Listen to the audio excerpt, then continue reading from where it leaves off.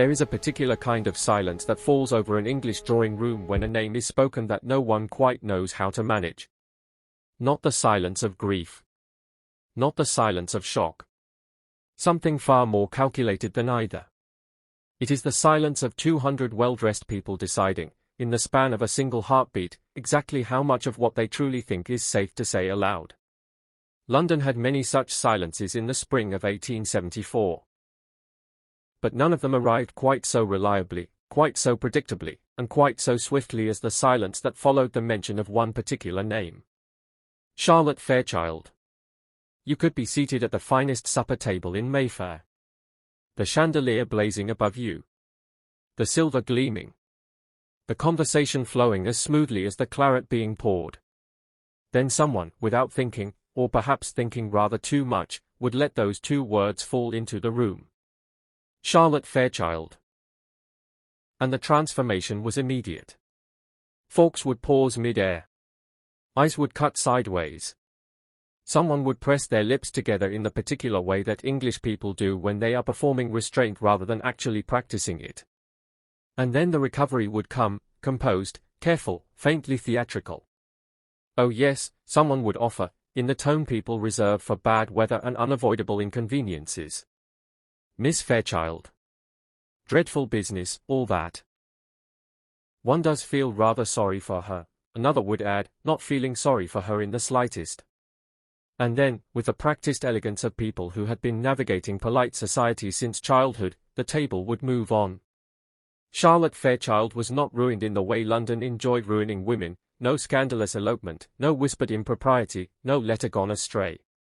She was something London found considerably more unsettling than any of those things. She was honest.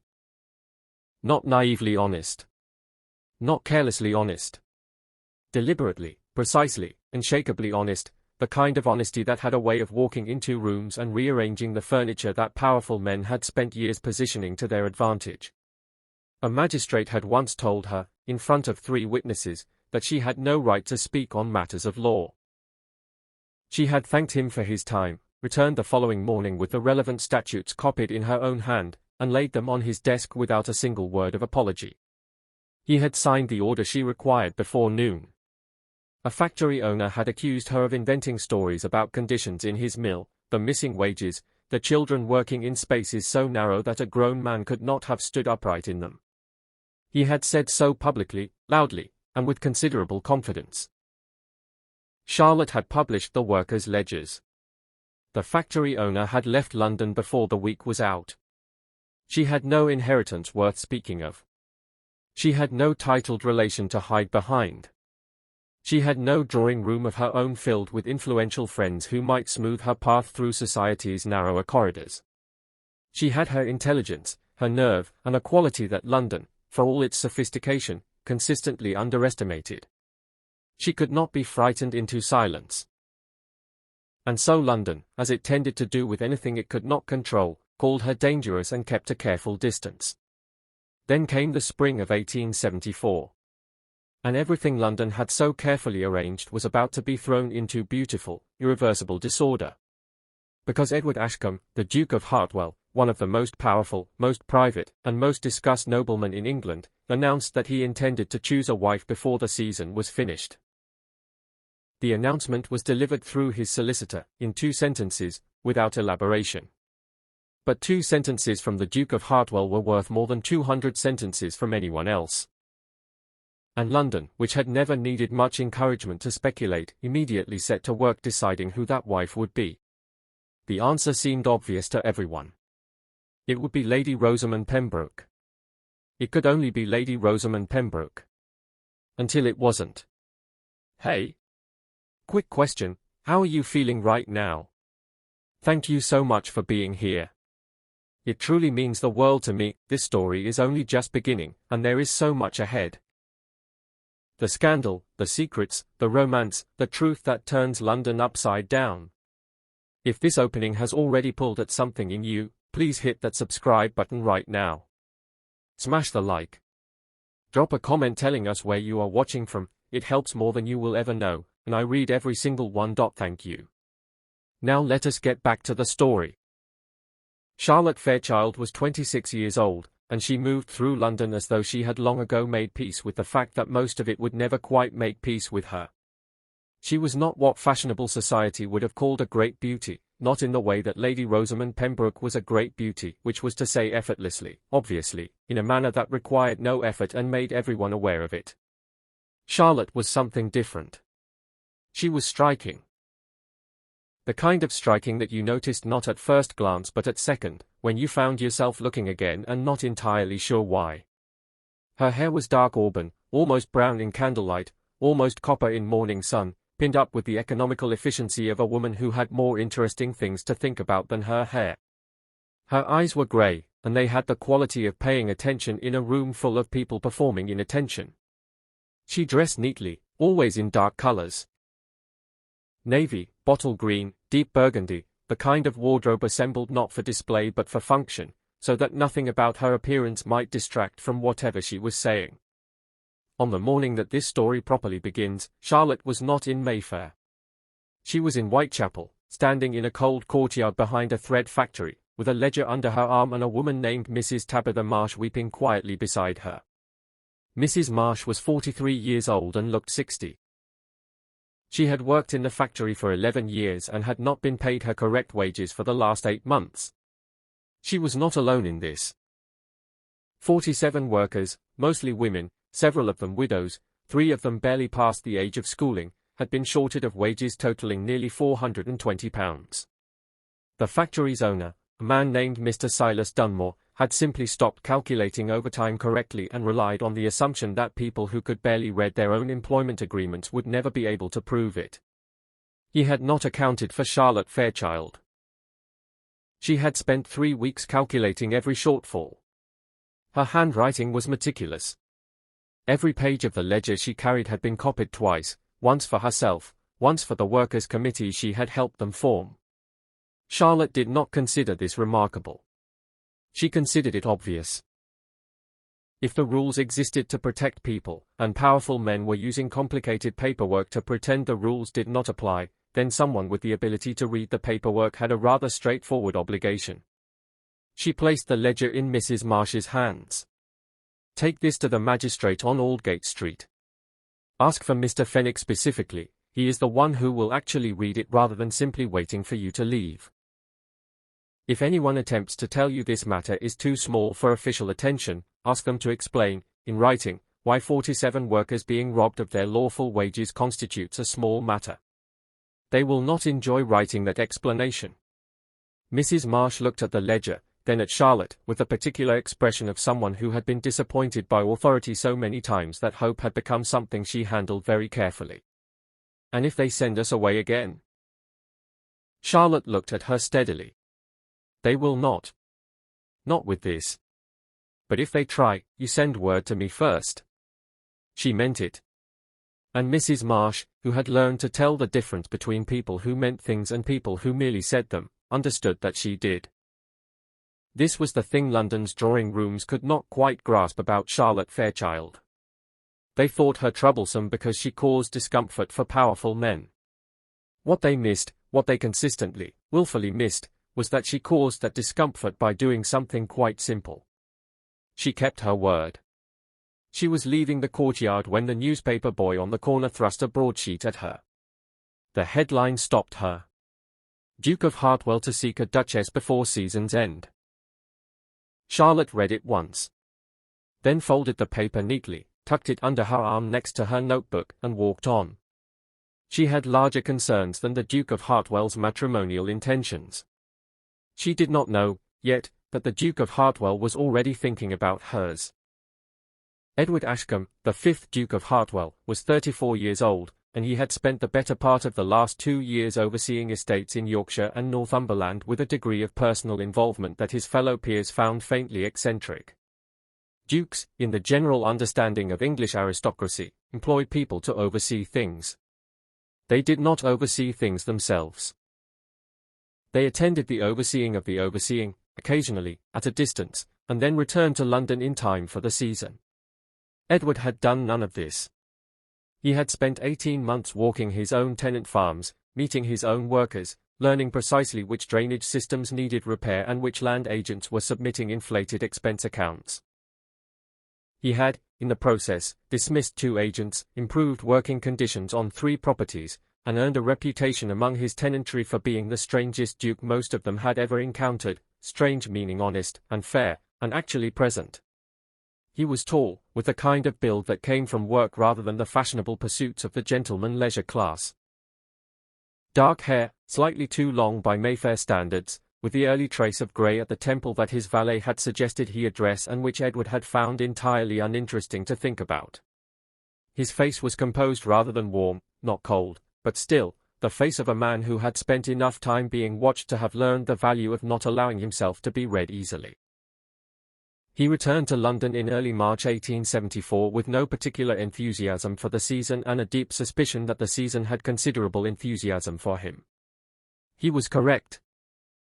Within 4 days of his arrival at Hartwell House in Grosvenor Square, his aunt, Lady Constance Ashcombe, had produced a list. It was a long list. Constance.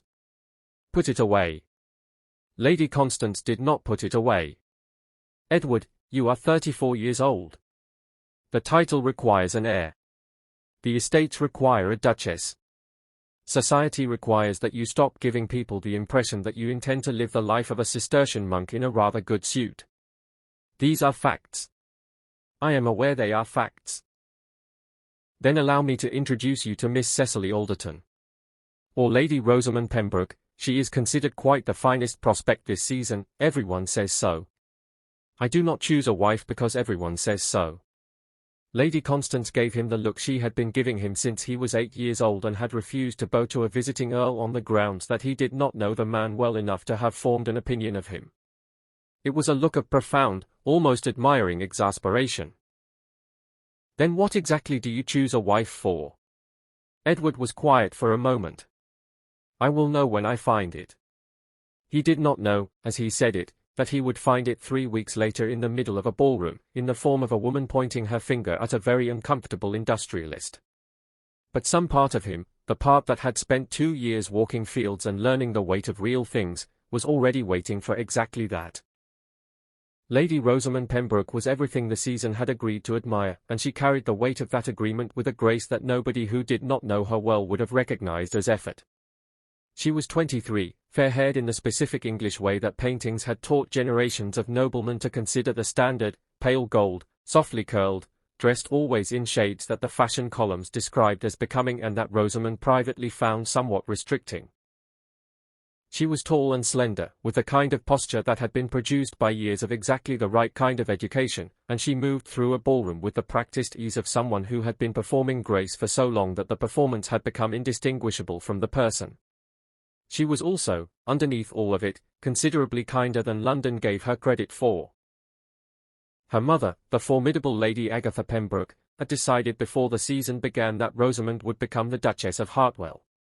She had mentioned this intention to approximately 40 people, each of whom had told approximately 20 more, so that by the time the season opened in earnest, it was less a hope and more a social fact, the kind that only required the minor formality of the Duke's agreement to become official.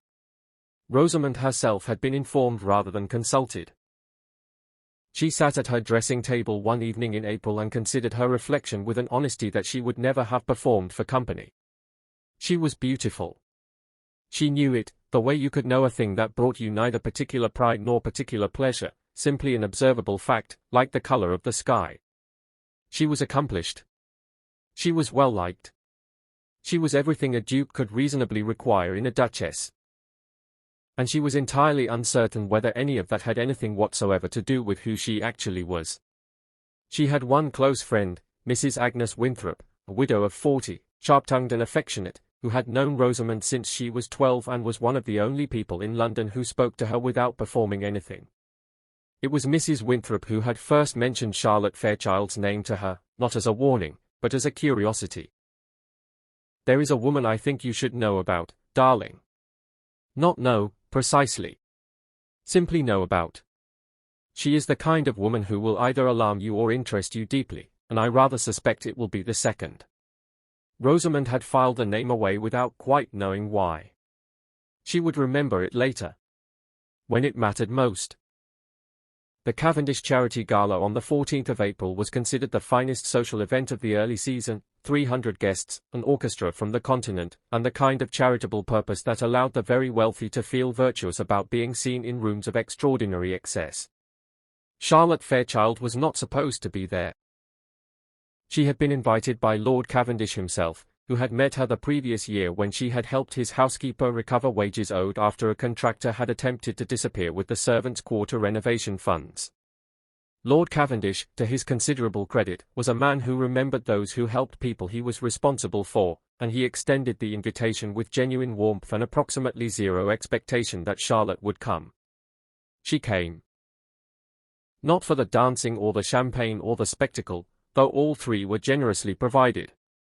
She came because she had learned that Mr. Aldous Granby would be there, a mill owner from the Midlands who was being quietly celebrated that evening for his philanthropic donations to a children's foundation. Charlotte had spent 6 weeks corresponding with workers from 3 of Granby's factories. She had the letters in a folder in her reticule. She had the supporting testimony of a mill supervisor who had recently retired and no longer had anything to lose. And she had the particular quality of nerve that arrives when you are holding evidence of something truly inexcusable and are standing in the same room as the person who has done it. She waited until the speeches were well underway. Granby was midway through an acceptance address. Warm, grateful, carefully constructed to project the image of a man who cared deeply about the welfare of the working poor, when Charlotte stepped forward from the edge of the crowd. She did not shout. She did not make a scene in the theatrical sense. She simply stood in a place where she could not be ignored, and she spoke clearly and directly into the room in a voice that carried, as it always did, as though she had been entirely certain she would be heard. Mr. Granby, I wonder if you might address the working conditions in your Staffordshire mill. Specifically the matter of the ventilation systems, which 3 of your former foremen have confirmed were reported as inadequate in 1871, 1872, and again in the spring of last year, each report suppressed before it reached the inspector's office. The room did not gasp. The room went entirely still. 300 people, each of whom had been performing polite enjoyment of a charitable evening, were now performing a different thing altogether. The particular social art of watching a very significant confrontation without appearing to watch it. Granby's face had gone through several expressions in rapid succession and arrived at something between outrage and panic dressed up as dignity. This is neither the time nor the. 7 workers sustained permanent lung injuries in the 12 months following the last suppressed report. I have their physicians' records. I have the names of the inspectors whose offices received the reports and signed nothing. I have the letters from your own mill managers requesting action. She opened the folder.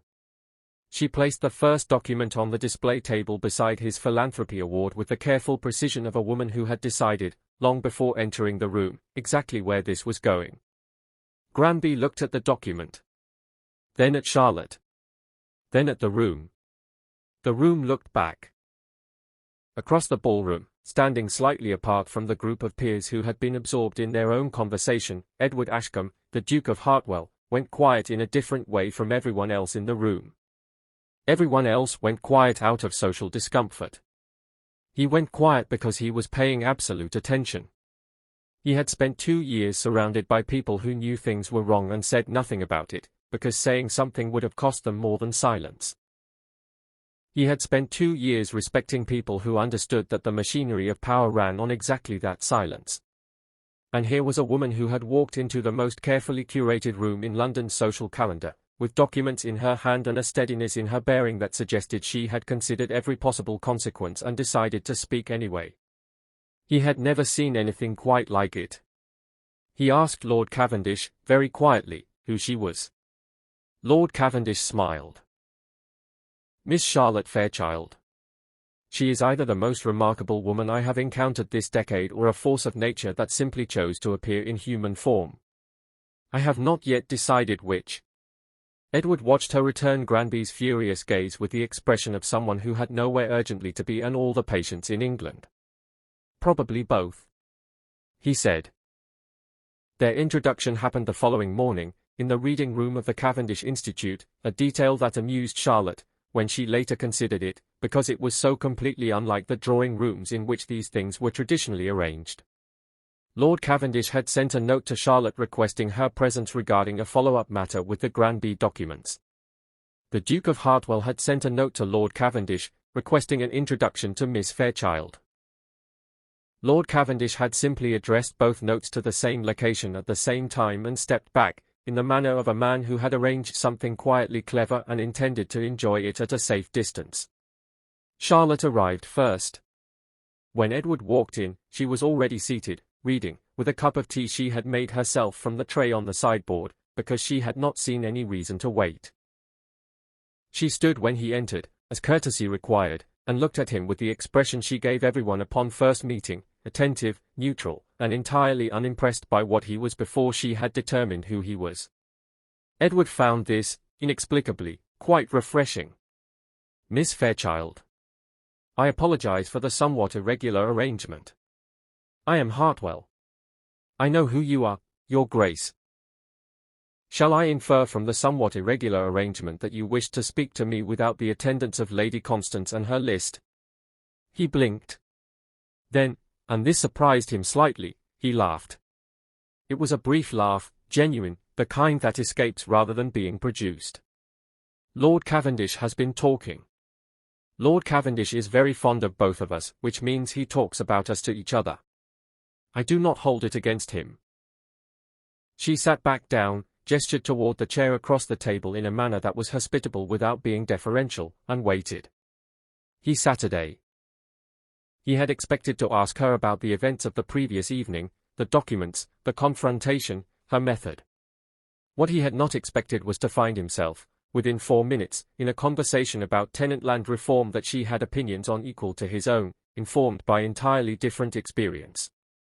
"You managed your own estates for 2 years. She said at one point, not as a question. "I did." "And what did you conclude?" "That the gap between what is reported to landlords and what actually happens is, in most cases, approximately the width of a man's financial self-interest." She studied him for a moment with the expression of someone recalibrating an assumption they had entered the room with. "I had rather expected something more self-congratulatory from a duke." "Would that have impressed you?" "No." "Then I see no particular reason to attempt it." She did not smile immediately. She weighed the statement first, turned it over the way she turned everything over, and then, satisfied that it was honest rather than performed, she permitted herself the faintest smile. It transformed her face in a way that Edward, who had made a careful study of remaining unaffected by things, found immediately difficult to be unaffected by. They spoke for nearly 2 hours. When Charlotte finally rose to leave, she was already certain of 2 things. That the Duke of Hartwell was considerably more intelligent than his title required him to be, and that she was going to have to think very carefully about that. Edward, for his part, watched her leave and thought about exactly one thing. He was going to find every possible reason to have that conversation again. London always noticed. That was, perhaps, its most consistent and most exhausting quality. Within 2 weeks of the reading room meeting, which had been observed by approximately nobody and reported to approximately everybody, the drawing rooms of Mayfair had developed a consensus so swift and so certain that it might have been coordinated, though it did not need to be, because polite society had centuries of practice at coordinating itself without ever formally convening. The Duke of Hartwell was showing interest in Charlotte Fairchild. This was, in the language of the season, not done. Not because Charlotte was improper.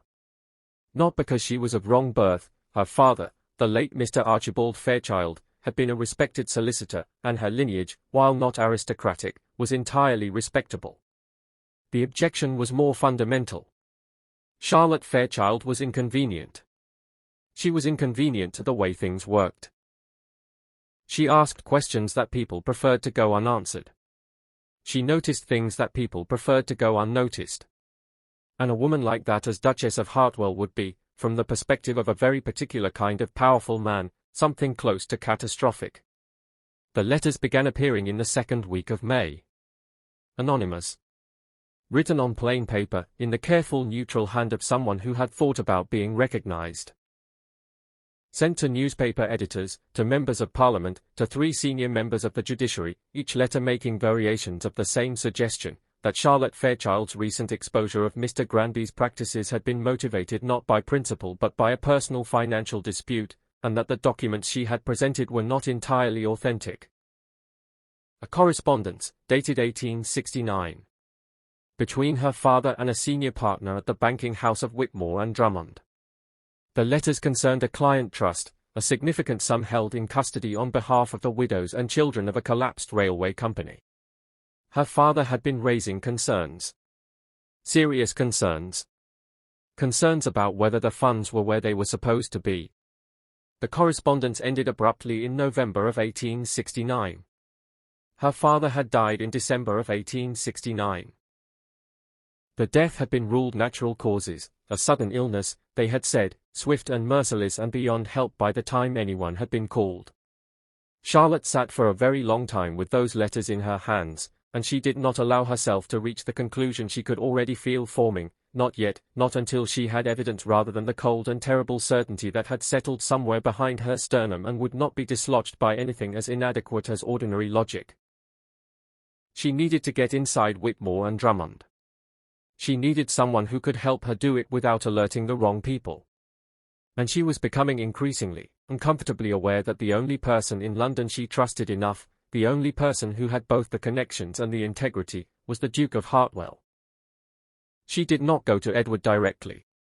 That was not how Charlotte operated. She went to Mrs. Agnes Winthrop first, because Mrs. Winthrop knew everyone and had, in 40 years of navigating polite society, developed a remarkable talent for acquiring information without anyone quite understanding how she had acquired it. Over tea in Mrs. Winthrop's sitting room in Belgrave Square, Charlotte laid everything out. The letters, the dates, her father's concerns, the correspondence that ended so abruptly, the anonymous letters arriving now. Mrs. Winthrop listened without interrupting, which was one of her rarest and most valuable qualities. When Charlotte finished, Mrs. Winthrop set down her cup with the careful precision of someone who was arranging their thoughts. Sir Percival Whitmore. I beg your pardon. Sir Percival Whitmore. He has been the senior partner at Whitmore and Drummond since 1867. He is also, which is perhaps relevant, the chairman of the committee that reviews parliamentary petitions from manufacturing interests. He is also, which is perhaps more relevant still, a man who has been known to take rather emphatic steps when he feels his interests are threatened. Charlotte felt the shape of it settle into her mind with the grim, clear logic of a well-assembled case. He was the one my father was writing to. Your father was writing to his partner. But it would have been Whitmore who read those letters. A silence opened between them. Agnes. My father was not an ill man. Mrs. Winthrop met her eyes. She did not look away. No. He was not. Charlotte walked back to her rooms through the early evening streets of London, and for the first time in as long as she could remember, she was frightened. Not the manageable, galvanizing kind of frightened that made you precise and efficient. The quieter, deeper kind that makes you aware of how alone you are. There was a note waiting for her when she arrived home. From the Duke of Hartwell. It said only, I think we should speak again. If you are willing. I have information that may concern you. She stared at it for a long moment. Then she wrote back. Tomorrow morning. The Cavendish Institute. 8 o'clock. Edward was already there when she arrived. He did not waste time. I have been hearing things since our last conversation. From a land agent I trust in the city. There are rumors, more than rumors, that Whitmore and Drummond has been managing a significant trust improperly for several years. The figures that should appear in the public accounts do not match the figures that appear in the internal ledgers. My agent obtained a partial copy of the internal ledger through a contact he will not name. Charlotte. He stopped. He had not intended to use her given name. It had simply arrived, unannounced, and he found he could not retrieve it without making its arrival considerably more conspicuous. She did not correct him. I know, she said. My father found the same discrepancy in 1869. He wrote to Whitmore about it. He died 6 weeks later. The room was very quiet. Edward set down the paper he had been holding and looked at her with an expression she had not seen on his face before. Not the composed attentiveness she had come to recognize, but something harder, and much colder. Then we are going to need to be very careful about what we do next. We? He looked at her steadily. Yes. We? Unless you intend to tell me that you have a better option, in which case I will listen to it with complete attention and then probably argue with it. Something shifted in her. Not softened, Charlotte Fairchild did not soften easily. But she felt the particular quality of not being alone in a difficult room, and she recognized it, after a long absence, as one of the finest feelings available to a human being. She allowed herself, very briefly, to lean against the edge of the reading table and exhale. What I need is access to the original trust ledgers. Whitmore will have them in the banking house.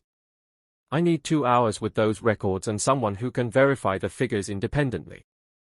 I have a financial auditor who works for the estate. He has handled transactions at Whitmore and Drummond through a third party and is known to Whitmore's clerks. He can request a meeting on estate business and gain access to the records room. That is either very resourceful or very illegal. It is resourceful. The records are not sealed. They are simply held in a building. We are simply requesting legitimate access for a legitimate financial review. And if Whitmore realizes what we are looking for. Edward's expression did not change. Then I suggest we work quickly. They worked quickly, and still, it was not quite quick enough. The access to the records room was arranged through Edward's auditor, a composed man named Mr. Clement Briggs, who spent 3 days at Whitmore and Drummond reviewing estate transaction records and, in the process, photographed, with a small device he had obtained through a contact he spoke of only in the vaguest terms, 17 pages of the internal trust ledger. The photographs were extraordinary. The discrepancies were not subtle. Money that should have been held for the widows and children of the Richmond Railway collapse, nearly £12,000, had been redirected across a series of accounts in a pattern that, once you saw it, was unmistakably deliberate. Charlotte and Edward spent 2 evenings working through the figures at the reading room. By the end of the second evening they had a reconstruction that was, in Charlotte's professional assessment, airtight. On the third morning, Mr. Briggs arrived at Hartwell House with a face that had shed all its composure. The photographs were gone. His rooms had been searched. The case containing the device had been found open, the contents removed with such precision that it would have looked like nothing had happened at all if Mr. Briggs had not known exactly what he was looking for. Edward heard this and said nothing for approximately 15 seconds, which Charlotte had come to understand was his method of preventing himself from saying something irreversible. She herself felt the blow somewhere in the chest, not panic, but the specific, hollow sensation of 3 weeks of careful work being removed from the equation. It was followed almost immediately by the newspapers. 3 of London's most widely read papers ran variations of the same story over the following 2 days. Charlotte Fairchild, they reported, had been acting in recent weeks in concert with a discredited former solicitor's clerk in an attempt to manufacture false evidence against the respected banking house of Whitmore and Drummond. The story quoted parliamentary sources, unnamed, who expressed serious concern about Miss Fairchild's methods. One paper ran an editorial calling for an inquiry into her previous exposure of Mr. Granby, suggesting that her evidence in that case should also be reviewed. Lady Agatha Pembroke arrived at Hartwell House the morning the third article ran, before Edward had finished his breakfast. "I do not typically address matters of this kind directly," she said, seating herself without invitation, "but you will appreciate that I have a daughter's future to consider. This association, whatever it is causing people to ask questions, Edward. The kind of questions that are very difficult to answer. Rosamund is. I will stop you there, Lady Agatha. I am simply saying that. You are saying that I should step away from an innocent woman who is being attacked by powerful men who are frightened of what she knows. I understand what you are saying. My answer is no." She left. Edward stood at the window of his study and looked out at the square for a long time. Then he sent for his solicitor and his land agent and a man he had known since Cambridge, a quiet, precise man named Mr. Frederick Aldous, who had once spent 4 years as a clerk to a parliamentary committee and still had every contact he had made during that time. Whitmore had removed the photographs. He could not remove what Charlotte had already memorized. And Charlotte's memory, Edward had learned, was one of the most formidable instruments in England. She sat in her rooms that evening in the lamplight, and she did not cry. She had learned, a long time ago, that crying was a thing you did when you had run out of other options, and she had not run out yet.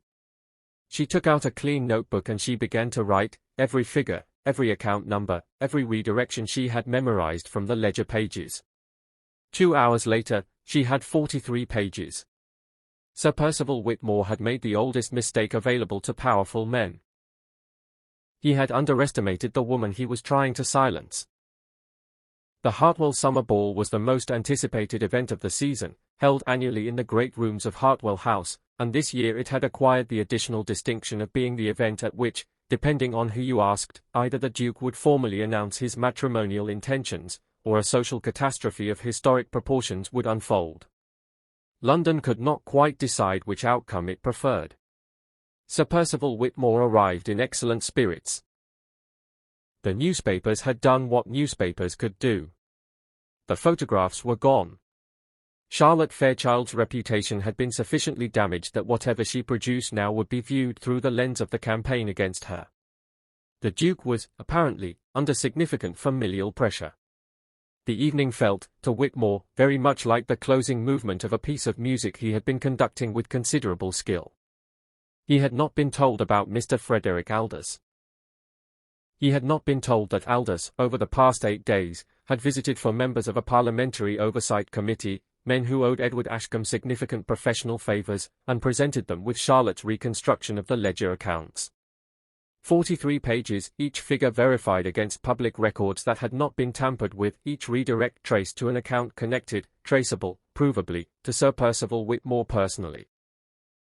He had not been told that 3 of the 4 committee members had subsequently agreed, quietly, to a procedural review.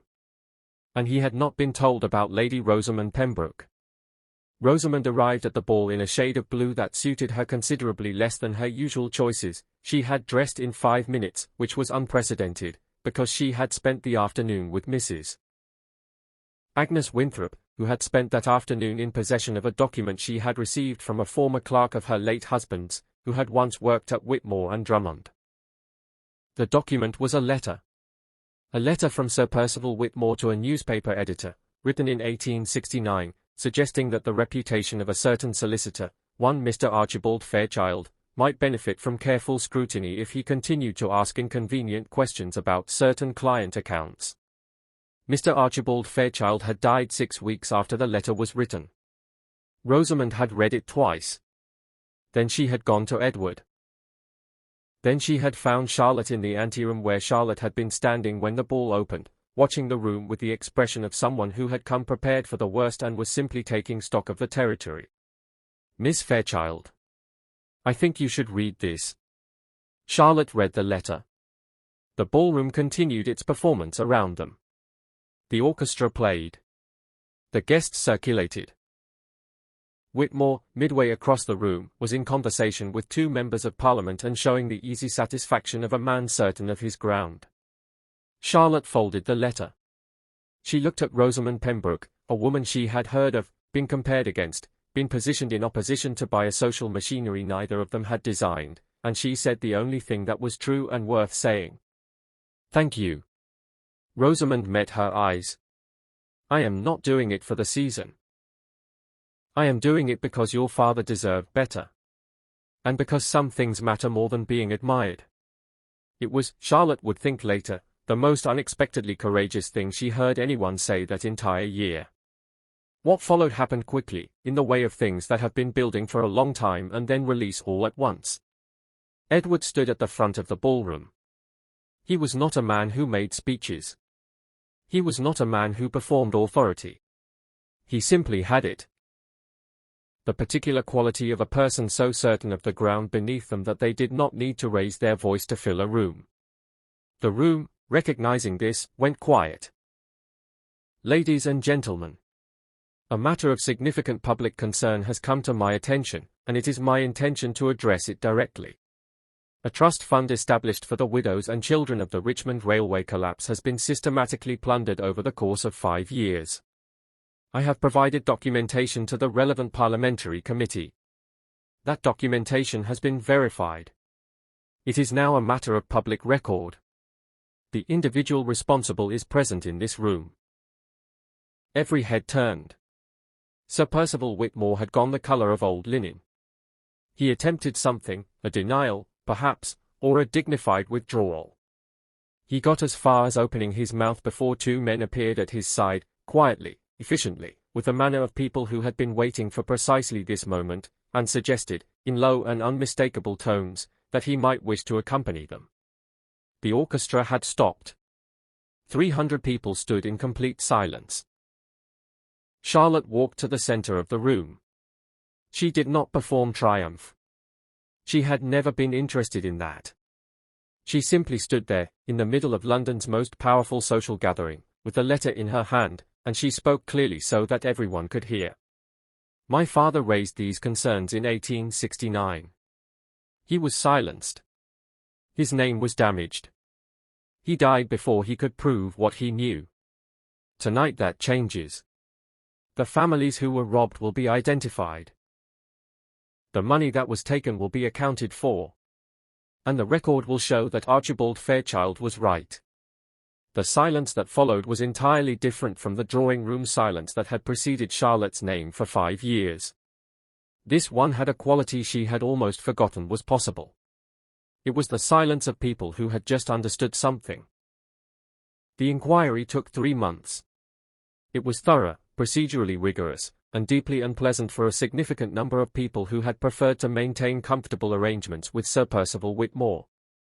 The parliamentary committee, which moved with something approaching actual speed, which was remarked upon as historically unusual, found the misappropriation fully documented and directed the recovery of £11,940 to the families of the Richmond Railway collapse.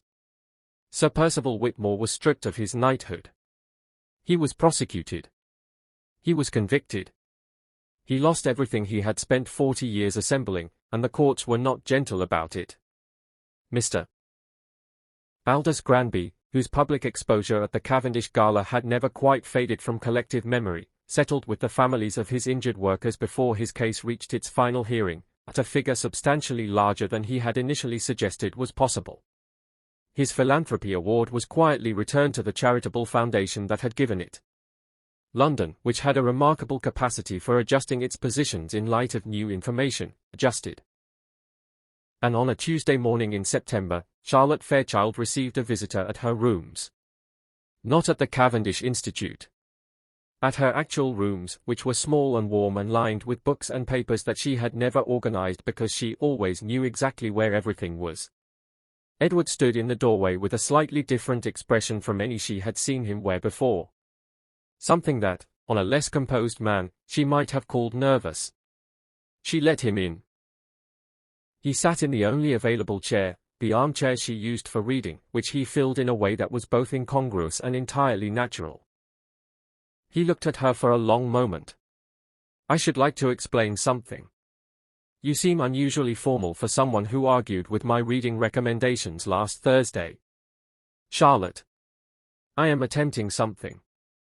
She sat on the edge of her desk and looked at him with her full attention, which was, as he had learned, the most complete form of attention available. "People have asked me," he said, "what I saw when I chose to involve myself. When I sought the introduction. When I maintained the association through everything that happened afterward. My aunt asked. Lady Agatha Pembroke asked. 3 members of my club asked. Half of London, I am given to understand, has been asking. And what do you tell them?" He was quiet for a moment. "I tell them I saw the one person in London who could not be bought." Charlotte looked at him. She had received many things in her life. The loyalty of people she had helped, the grudging respect of people she had opposed, the complicated and mostly unrequested opinions of London society on her choices and her character. She had not received this before. Not quite this. Edward stood up.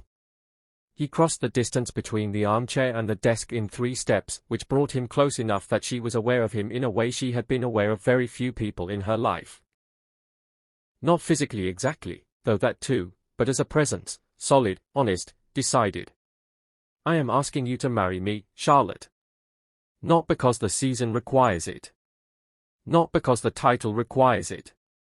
Because I have spent the better part of 6 months finding every excuse available to be in the same room as you, and I am entirely out of excuses, and I think honesty is probably the correct approach at this point.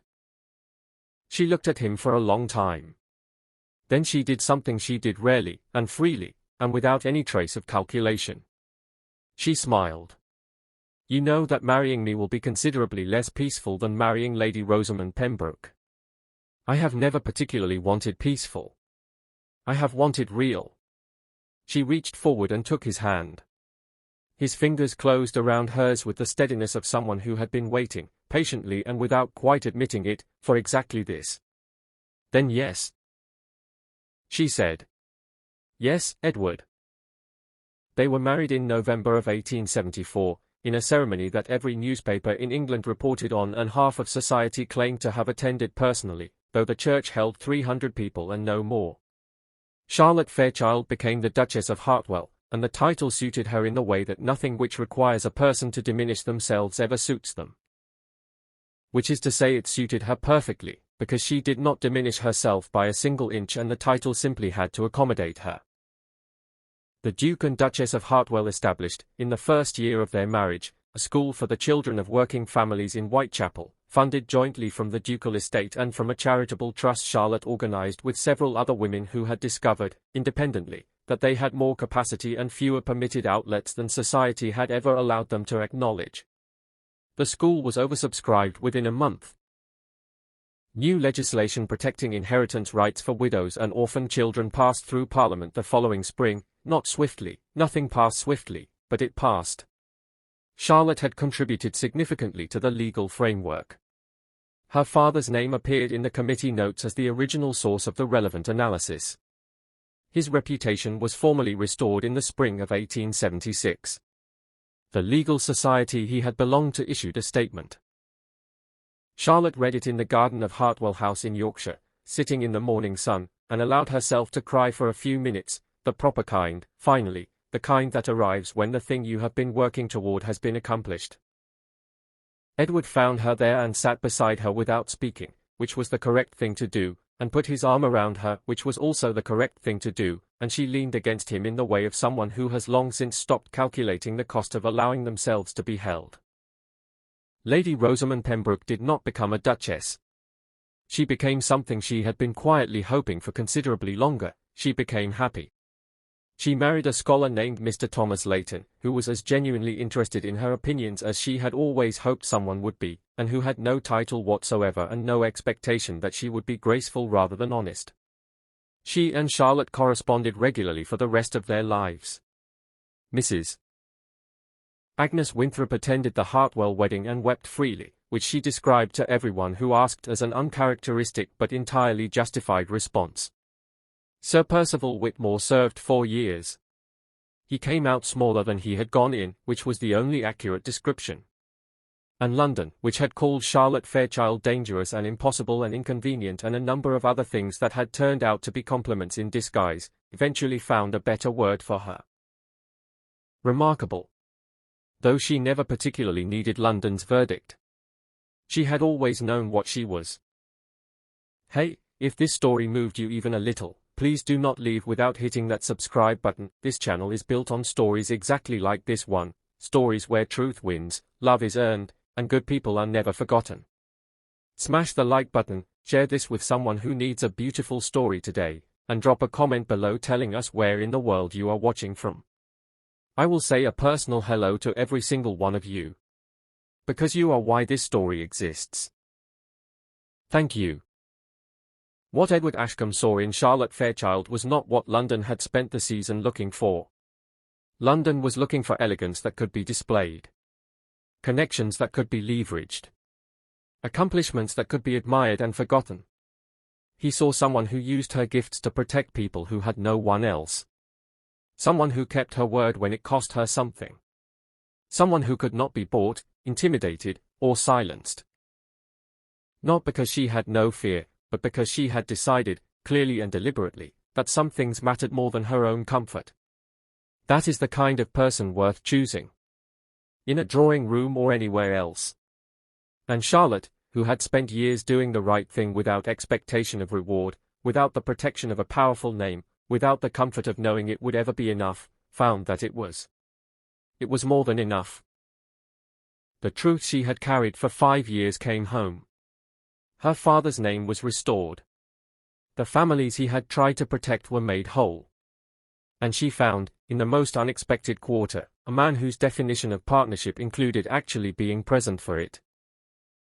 What this story teaches us. 1. Integrity outlasts power. Sir Percival Whitmore had 40 years of influence, a knighthood, and the machinery of polite society on his side. Charlotte had the truth, carefully documented. In the end, the truth was the more durable instrument.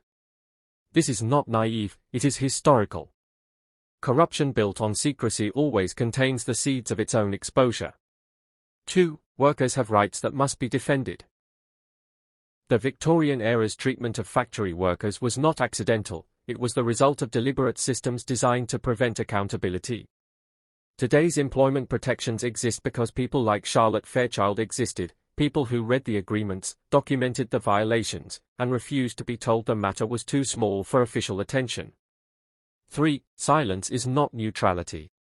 Every person in London who heard about Whitmore's activities and said nothing was making a choice. Silence is not the absence of decision, it is a decision with consequences. The drawing rooms that chose comfortable fiction over uncomfortable truth were participating in the harm, however pleasantly. 4. Women's knowledge has always mattered. Charlotte's contribution to the legal framework that protected widows and orphans was dismissed for years because it came from a woman without title or institution. It was correct. The framework worked. The institutions that dismissed it were wrong. This was true in 1874 and it is still true. 5. Real partnership is built on respect. Edward Ashcombe did not choose Charlotte because she needed rescuing. He chose her because she was his equal, in intelligence, in courage, in commitment to the truth. The finest relationships are not those built on admiration of surfaces. They are built on recognition of substance. 6. Your father's unfinished work is not lost. Archibald Fairchild died before he could finish what he started. His daughter finished it for him. The work of justice is not always completed by those who begin it. Sometimes it passes to the next generation. That is not failure. That is how important things survive. They remembered her as the woman who changed England.